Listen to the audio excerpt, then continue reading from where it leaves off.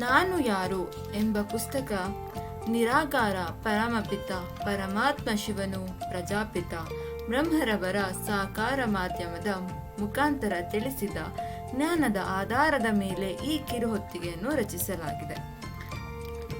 ನಾನು ಯಾರು ಅಂತ ನಿಮಗೆ ಗೊತ್ತಿದ್ರೆ ಕಮೆಂಟ್ ಮಾಡಿ. ನಾನು ಯಾರು ಅಂದರೆ ನನ್ನ ಬಗ್ಗೆ ಹೇಳಬೇಡಿ, ನಿಮ್ಮಲ್ಲಿ ನೀವು ಪ್ರಶ್ನೆ ಮಾಡಿ ನಾನು ಯಾರು ಅನ್ನುವುದನ್ನು. ನಾನು ಯಾರು ಅಂತ ಹೇಗೆ ವಿವರಿಸಿದ್ದಾರೆ ಅಂತ ಈಗ ನಾವು ತಿಳಿದುಕೊಳ್ಳೋಣ. ಬುದ್ಧಿಜೀವಿ ಎನಿಸಿಕೊಂಡ ಮಾನವ ಪ್ರಾಣಿ ಮಾತ್ರ ಯೋಚಿಸಬಲ್ಲ, ಹೌದಲ್ವಾ? ಆದರೆ ಎಂತಹ ಆಶ್ಚರ್ಯ, ಮನುಷ್ಯನು ತನ್ನ ಬಗ್ಗೆ ಏನನ್ನೂ ತಿಳಿದುಕೊಂಡಿಲ್ಲ. ನಾನು ಯಾರು ಎನ್ನುವುದು ಆಧುನಿಕ ಮಾನವನಿಗೆ ಬಗೆಹರಿಯದ ದೊಡ್ಡ ಪ್ರಶ್ನೆಯಾಗಿದೆ. ಪ್ರತಿದಿನ ನಾನು ನಾನು ಎಂದು ಎಷ್ಟೋ ಸಲ ಹೇಳುವನು, ಆದರೆ ನಾನು ಯಾರು ಎಂಬುದನ್ನೇ ತಿಳಿದೇ ಇಲ್ಲ. ಮಾನವನು ತನ್ನ ಪ್ರಯತ್ನದಿಂದ ಎಷ್ಟೋ ದೂರದಲ್ಲಿರುವ ಗ್ರಹಗಳನ್ನು ಮುಟ್ಟಬಹುದು.